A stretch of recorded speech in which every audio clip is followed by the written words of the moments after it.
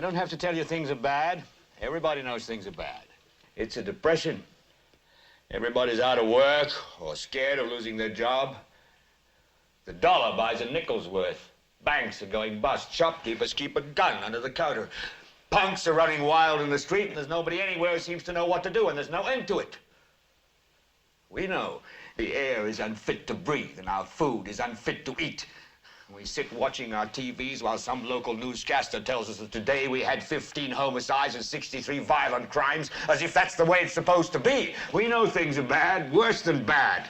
They're crazy. It's like everything everywhere is going crazy, so we don't go out anymore. We sit in the house, and slowly the world we're living in is getting smaller, and all we say is, please, at least leave us alone in our living rooms. Let me have my toaster and my TV and my steel-belted radios, and I won't say anything. Just leave us alone. Well, I'm not going to leave you alone. I want you to get mad. I don't want you to protest. I don't want you to riot. I don't want you to write to your congressman because I wouldn't know what to tell you to write. I don't know what to do about the depression and the inflation and the Russians and the crime in the street. All I know is that first, you've got to get mad. You've got to say, I'm a human being. God damn it. My life has value. So, I want you to get up now. I want all of you to get up out of your chairs. I want you to get up right now and go to the window, open it, and stick your head out and yell, I'm as mad as hell, and I'm not going to take this anymore! Warning. The Political Trade features probabilities and perspectives about politicians, political parties, political outcomes, and political wagering. The Political Trade is rated NSFP, not safe for partisans.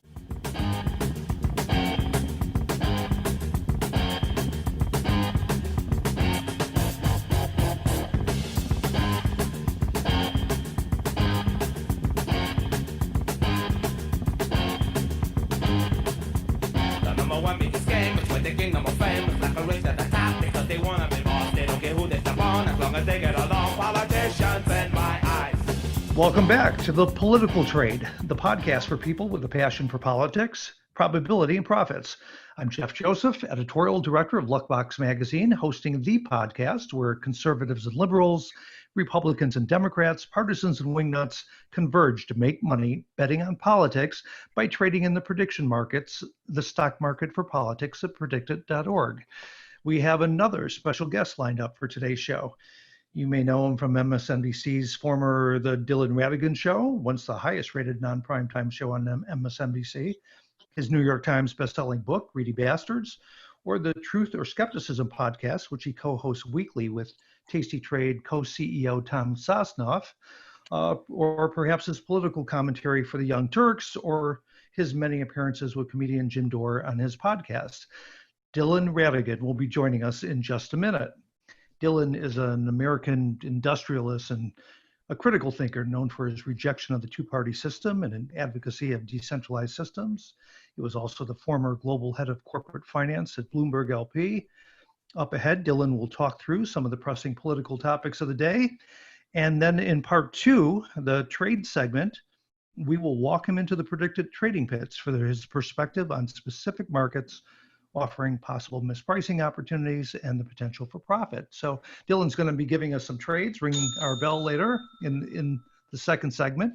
And to get the most out of this podcast, open up predictit.org, click on the Markets tab, which is top left, follow along, and leave your political ideologies at the door.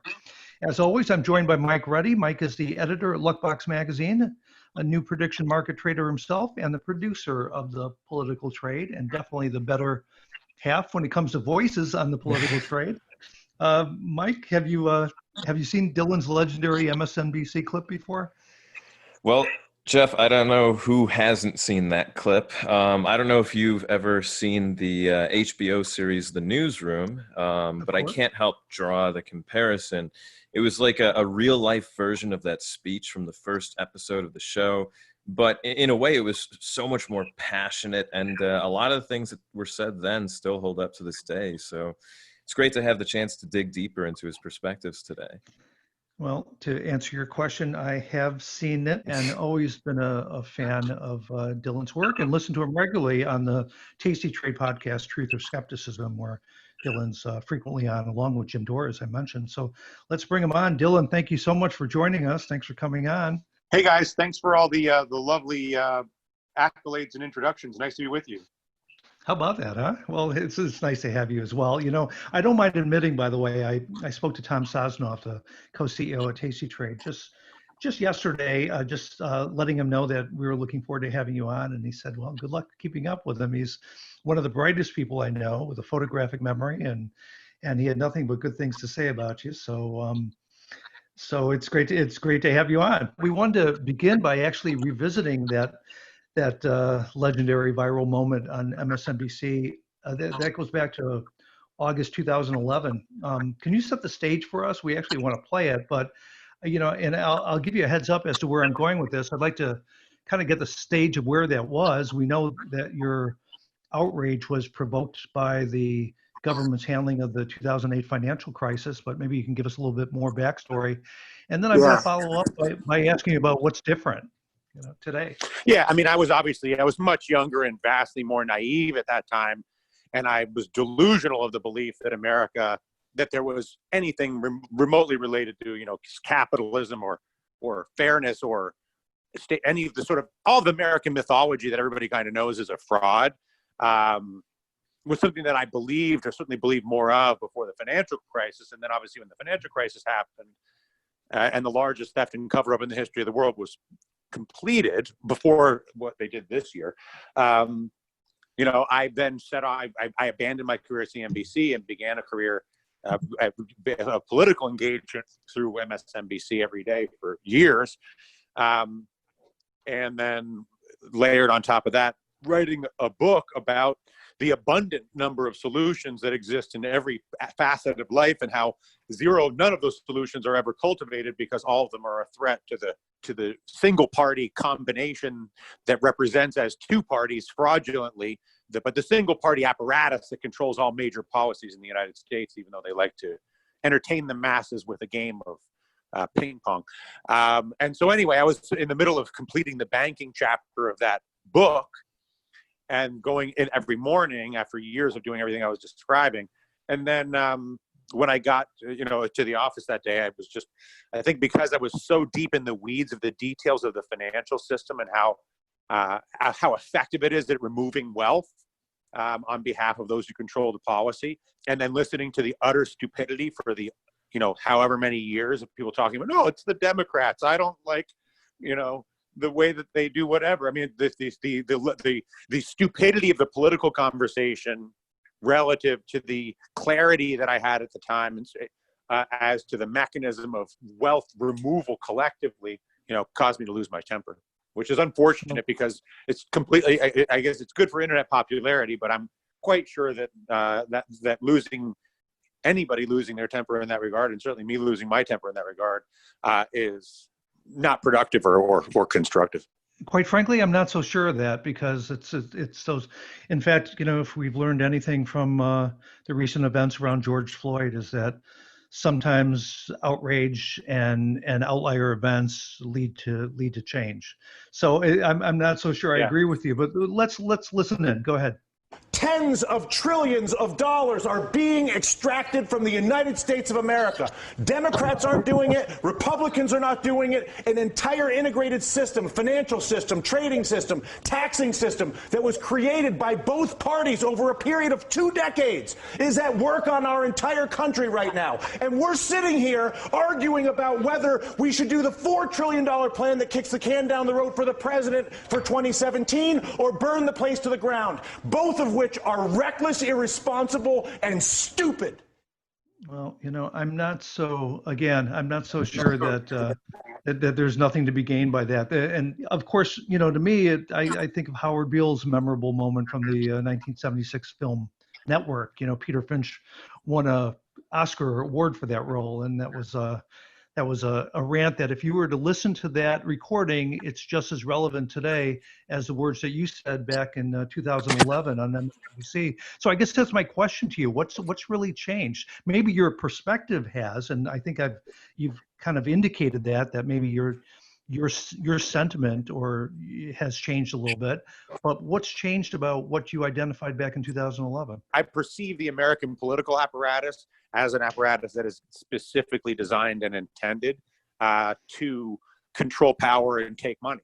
It's like expecting it's the scorpion and the frog. I mean, there's only so many times you can get mad at the scorpion. That sets us up really well for one of the conversations I want to have with you, is that you have been outspoken about the two-party system, and we recently had a guest on. I don't know if you know of Rachel Bidikofer. She's now at the Niskanen Center, but she's kind of earned her stripes as the election maven, having really nailed the 2016 midterms. And her primary thesis, again, she was on a recent episode with us, is that there really aren't American swing voters anymore, or not enough anyway, to pick the next president. And it doesn't really matter who the Democratic nominee is, and there's no such thing as the center. Her primary thesis is factionalism and hyperpartisanship as a result of the two-party system has kind of created this new reality where the swing voter just isn't a relevant piece anymore. And of course, I would think that your observation of that would go back and blame the two-party system. I wouldn't even blame the two-party system. I don't think there's a government in the world that exists. I don't think it's not unique to the United States. I think that my mistake was I perceived the United States government as being maybe somewhat different than some of the government in Brazil, or the government in Russia, or the government in China, or the various forms of even corruption that exist in the various European governments and in Brussels particularly.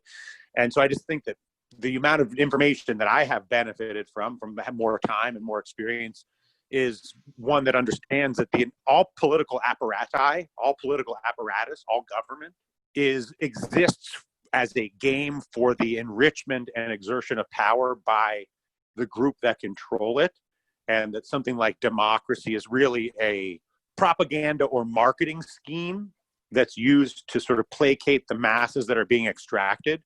So, Putin does it his way by just, absolute authority. China does it their way. Brazil does it their way. America does it its way. But I just think I don't know that there is the point of government is to extract wealth and control power. Are you still an advocate globally are you still a critic of the two-party system and still advocating more parties, or? Sure. I mean, you could do whatever you like. I mean, I'm an advocate of ranked choice voting as my primary sort of American reform, which would just at least, instead of it eliminates the being forced to vote for someone when really you don't want to vote for someone. You want to vote either for none of the above, or do you want to be able to rank those people? I mean, the entire American campaign apparatus is based on the supposition that all you really need to do is, the reason Donald Trump's the president is not because Donald Trump was the greatest guy that ever ran for president. It's because he and the people around him were very successful in identifying Hillary Clinton as more unappealing than Donald Trump. The biggest reason Donald Trump stands to lose this election is because he's made himself so unappealing.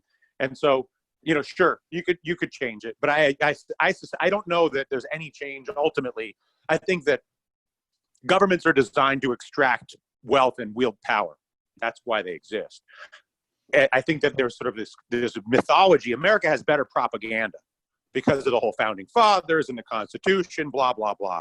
So it has good mythology, but functionally there are politically favored classes and individuals that receive vastly more resources and opportunities than politically less favored classes and individuals, as it is in every country. Yeah, that's an evolution of sorts. That mythology actually was once an ideology that the framework was really founded on. Washington's farewell address was often remembered for its warning against hyperpartisanship.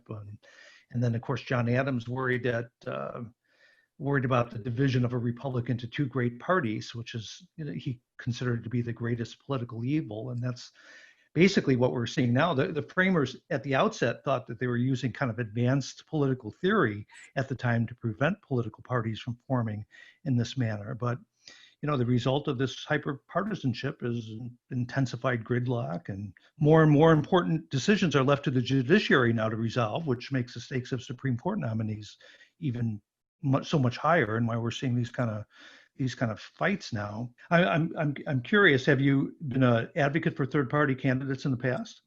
Yeah, I mean, I have. I mean, I would say that my basic and sort of complete view after leaving MSNBC was that the entire electoral system is designed to make sure that it doesn't reflect voter sentiment while appearing to reflect voter sentiment. So like the system is designed, whether it's through gerrymandering, whether it's through the campaign finance mechanism, or whether it's through the binary voting system, to create the appearance of freedom of choice while ensuring that there is no choice, which is really a hard thing to pull off, honestly. And largely, I think a lot of people have believed that. And so my reform advocacy going back 10 years has always been ranked choice voting, first and foremost, because it completely flips the incentives for the candidates.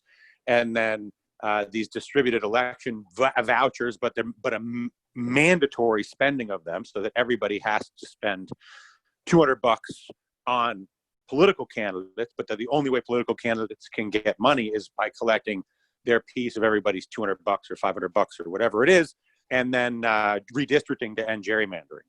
I mean, even in these huge wave elections that we have, we're like, oh my God, the Republicans or the Democrats is huge, and the net change in the overall composition of the Congress is less than 10% in these massive, super catastrophic change elections, and that's because of gerrymandering. So I would just point you to, from an electoral process standpoint, I would point to gerrymandering, campaign finance through distributed finance, and then the ranked choice voting. But I suspect that it doesn't matter ultimately. I think that it's just a matter of whether the people that are wielding the power and extracting the resources are people that look like you and that you like, or that don't look like you and you don't like. I mean, one of my favorite sort of insights on that was people were really concerned about the executive authority to use drones when George W. Bush was president, because they didn't like George W. Bush and the idea of a president being able to unilaterally drone people. But then when Barack Obama became president, the same exact people were very happy to have Barack Obama have unilateral authority to drone whoever he wanted because they liked him. Well, that's one of the things I appreciate about you is your equal opportunity cynicism. I caught you and Tom speaking recently. I don't believe it's cynicism. I think that when you say cynicism, you're trying to, I feel that that's probably not consciously, but that's an effort to marginalize I believe that I could defend what I'm saying in the realm of reality. Absolutely. I think that's a good point, and I'll adjust that. And the cynicism is a way to sort of then prop up I would revert it and say illusion more than anything in life is a sin. And I was guilty of the illusion that the American government was anything other than, I believe that I'm in a place much more realistic now as to what not only the American government is, but what all government is. And also the fact that there's such an opportunity to work with humans to do so many amazing things creatively in finance and in business and in enterprise and in, art, dance, language. Most of the world is a beautiful place. The global political environment specifically is one of the darkest and most disgusting locations in the world. Well, to your point about the use of the word cynicism, no, I would reassess that as calling balls and strikes. I think that's one of the things that why I find you so such an important commentator and credible, because you seem to be equal opportunity in calling balls and strikes. And the example I was going to cite was recently I heard you and Tom speaking about the kind of Capitol Hill press op announcing new police reform legislation that followed George Floyd, where you had the spectacle of Schumer and Pelosi and Kamala Harris and Hoyer and others, donning the kente cloth, the ceremonial pride of Ghana, that kind of a cultural appropriation of that traditional African textile being used as a political prop, and you properly called it out, which as it should be. Yeah. I mean, but I don't know. I mean, I understand the cognitive dissonance because, the teaching of the American mythology is so deeply ingrained in our culture. So I understand it's sometimes a difficult conversation for people. Hold that thought, Dylan. Let's take a short break and we'll be right back in a minute. But first, want a little more luck in your life? Get Luckbox, the control freak's guide to life, money, and probability. Named the best new magazine of 2019. Luckbox is a must-read for side hustlers, gamblers, entrepreneurs, and active investors. Each issue features best bets from prediction market experts, as well as timely sports wagering, stocks, options, futures, and cryptocurrency trading ideas. You can buy Luckbox on newsstands, but with this special offer, listeners of The Political Trade can receive a 10-issue digital subscription absolutely free. Just visit getluckbox.com to receive the award-winning magazine right in your inbox. Don't rely on luck. Get Luckbox for free today. Learn more at getluckbox.com. And welcome back to The Political Trade. Dylan, you speak to the ranked ballot system, which, for those, well, I think that's intuitive to our listeners, just allows you to vote for your candidate in order. Essentially, it's to prevent supporters of minor parties from being disenfranchised and denied the right of representation by somebody of their choosing, if not their first choice, at least their second choice. And I've always seen that as a solution. I would also say that, proportional voting, like you see in parliamentary democracies, they result in kind of a stable multi-party coalition government, which consistently has shown kind of a broader consensus about welfare and social justice policies and avoids the adversarial winner-take-all divisive kind of politics that were characteristic of these majoritarian systems. So there are solutions, and then vote for third parties. I mean, we haven't had in '92 we had Ross Perot. He garnered 19% of the vote. In 2000 we had Nader, at about just shy of 3%. Gary Johnson tipped over 3%. But my next question is, where are the third parties this year? How come they don't exist? Yeah, I mean, you're obviously your guess is as good as mine. There may be a level of exhaustion with politics, in a sense. There may be, more strategic. There may be more of an acceptance that a third-party candidate doesn't stand a chance because of the realism of the fact that because of the Committee on Presidential Debates even though they call it the Committee on Presidential Debates, which creates the illusion, again, the whole thing is a lie, but the illusion of sovereignty or independence, but actually the Committee on Presidential Debates is 100% controlled by Democrats and Republicans exclusively, meaning explicit partisan individuals share control of that committee. And because they collaborate to ensure that no one else can get on the debate stage for the presidential debates. The only reason Ross Perot got on the debate stage so many years ago was because the Democrats believed that Ross Perot was going to help them, and the Republicans believed that Ross Perot was going to help them, and so they waived the rules to allow Ross Perot on because they both believed it was in their strategic best interest. Obviously, that worked out in Bill Clinton's favor, who was able to get then elected with 30% of the vote or whatever he got. And so I think that there's a level, maybe because there's more information, and so people know that because both political parties, as sure as Vladimir Putin is going to change the constitution in Russia next week so that he can stay president until 2036. Or the Chinese Communist Party is going to make sure that whoever they want, is going to stay in charge of China. The Democrats and Republicans are going to make sure that no one else gets on that debate stage for a presidential debate. It's worth noting that in 2016, collectively, the national total for third-party candidates and write-ins was over 5%. You had Evan McMullen received 20% in Vermont. That was in Utah. In Vermont, Bernie Sanders received over 5% of the vote, even though he wasn't on the ballot. And then Jill Stein and Gary Johnson each received over 1 million votes nationwide. But here we've already had, Cuban take a run, and then that disappeared. Jesse Ventura, which we've talked about on previous podcasts, was going to show up in the Green Party. Justin Amash as a libertarian. All those things have failed. The one that I thought, well, there's two that had real opportunities. I thought Bloomberg made a big mistake. You worked for the man. What was he thinking? If he ran as a Republican, he'd still be in this race because he never would have been on the debate stage. Yeah, I mean, I don't know. I mean, I'm sorry. If he ran as a independent, independent. Yeah. No, but I think he made the sort of calculation that he might help reelect Trump by splitting the left, and that's speculative on my part. I have no insight on that. And I think he obviously, underestimated the absolute massacre that would occur if he walked into onto that debate stage. And I think we all saw what happened to him in that first debate. Is that same calculation likely to have gone through Howard Schultz's head? For sure. Yeah, I mean, there's, especially when you're dealing with people like you're describing, the amount of data that is available, the amount of data that can be analyzed and assembled to influence and give insight into these decisions is tremendous.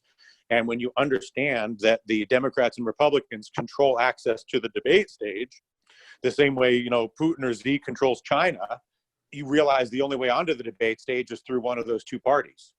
And then the two parties are set up to run a buzzsaw against anybody that's non-compliant with, the limited standard of whatever power and extraction they're trying to facilitate. Well, it's your observation about two-party systems, in fact, and the split that they've created, the almost the false dichotomy is that, and now it's more common. I mean, we do recognize that the nationalization of politics and the geographical, cultural, partisan split, and all these consistently close elections have just reinforced each other. And now voters vote the party, not the candidate. And I recall, and we pulled this up, a Bill Maher appearance that you made several years ago, when you spoke a little bit more to that. Mike, can you play that? That's who votes the lead. Maybe the millennials are rational to not vote. Maybe Really? maybe the millennials actually have caught on to the fact that those who control the nominating process control the power, since the nominating You guys process are so cynical. is the domain of Yes. about 1 to 2% of the population, and that the choices are so preordained that there's a reason that the largest political party So in the the country answer is don't to vote. just take your ball and No, go home? the answer is to actually organize on a local level to actually change the physical infrastructure in your community, to change the food infrastructure in your country, to change the infrastructure, the educational infrastructure, and stop wasting your energy getting sucked into a vaporous lie that we call national politics. Which congressional district are you running in? Come on, people. I was applauding when I heard that. Anything change for you? I mean, obviously not. No? I would say the biggest change is any thought that I may have once had that there's some mechanism of reforming the political system in a way that is less corrupt is gone. As sure as Apple makes iPhones and Tesla makes cars and, water evaporates and makes clouds, politics exists to control power and take money in whatever form you choose to conjure it. Some are worse than others, and the U.S. honestly, still, despite all of its flaws, is better than most, or certainly many. It's not to uniquely vilify the United States, but I think that the illusion of the United States as some sort of as a democracy is preposterous. A couple of years ago, you ran in the Democratic primary for the 21st congressional district seat in upstate New York. And in an interview, when you launched your campaign, you shared that you had never cast a vote before in any election. I would attribute that to your rejection of the two-party system. Is that fair to say? 100%. Yeah. I mean, if I constantly was giving you a choice between rotten rat poison or rotten fish bait, and I told you it was a democracy because you could choose whether you're going to eat rotten rat poison or rotten fish bait, and that I shamed you for not participating in the democracy because of your refusal to participate because you're so lucky to be able to vote, it is disgusting. Well, in a kind of Dr. Seuss-like choice of one fish, two fish, red fish, blue fish, that's what happened this yesterday, right? The New York 14th Congressional District Democratic primary. It looks like AOC withstood a challenge from CNBC correspondent Michelle Caruso Cabrera, right? I mean, yeah. Any insights on that election? No, I mean, not really. The worst decision I've ever made in my life was running for Congress by an order of magnitude of 1,000. I'm grateful that I did it, just because no matter what happens in my life, I can always say, at least it's not as bad as running for Congress. And the reason for that is just the layers of, it doesn't even matter. It's the most dishonest and the only objective is to accumulate power so that you can take money. That's why politics exists. Maybe you're trying to take money for one group that you like or another group that the other person likes. You may have a different group that you're trying to accumulate power and take money for. But that's why politics exists. Obviously, AOC is very clear about who she wants to accumulate power for and who she wants to take money for. And obviously, Michelle felt like she had a different group of people that she wanted to take power and money for. I much prefer to dedicate my life at this point to creating value and creating opportunity and creating power for others and myself, as opposed to trying to take it through lies, deception, manipulation, and false choices and shame, guilt, and all the other things, all the other currencies of politics. Yeah, well, AOC had some currency. She spent $400,000 on campaign ads just in the last week alone to Carrera's 18,000.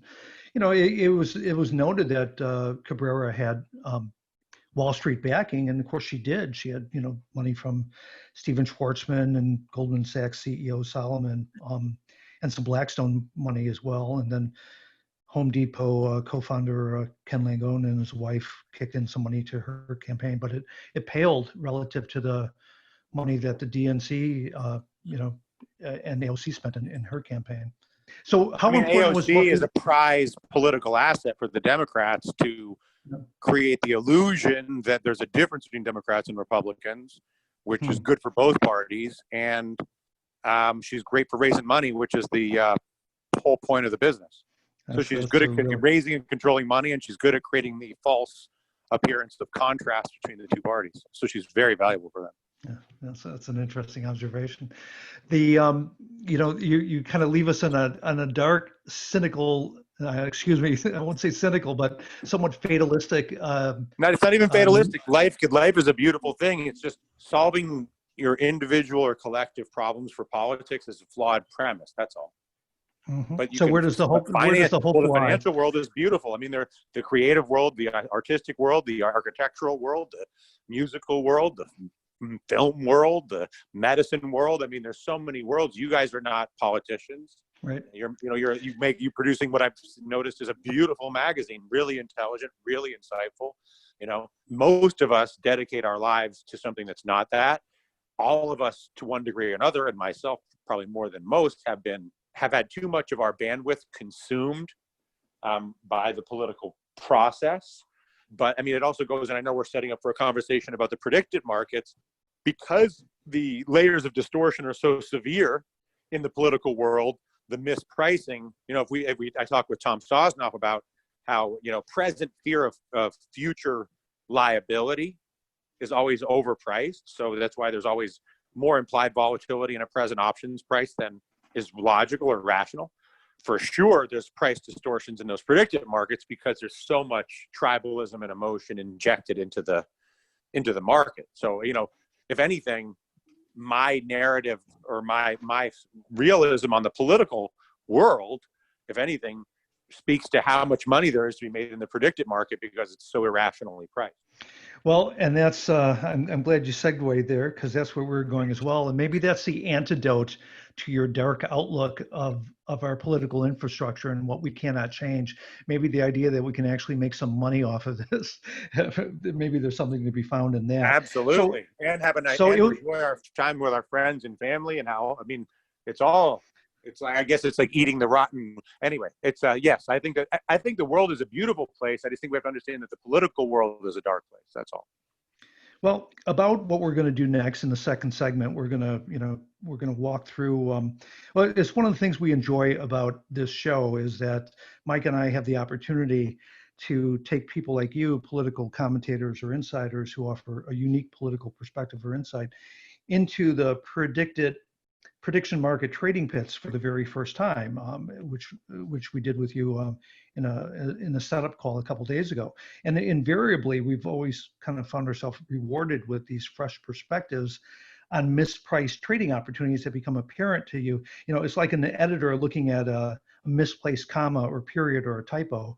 The more they look at it, the less often they see it. But when somebody with political insight comes in and looks at something right away, it jumps out at them. We did this with Anthony Scaramucci, with Rachel Bidikofer in earlier episodes.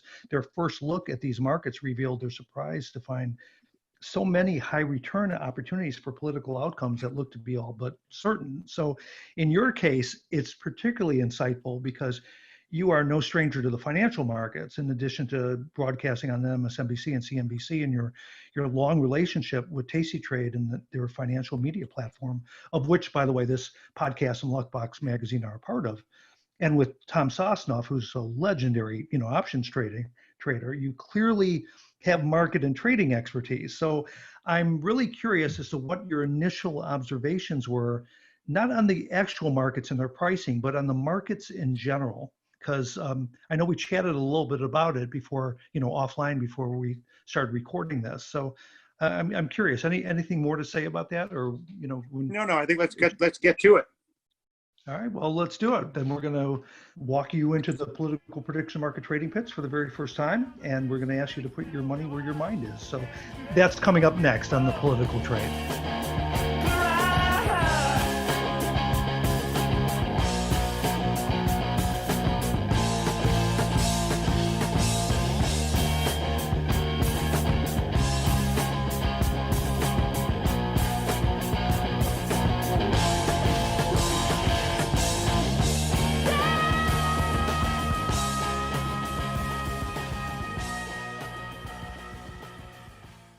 I'm as mad as hell, and I'm not going to take this anymore!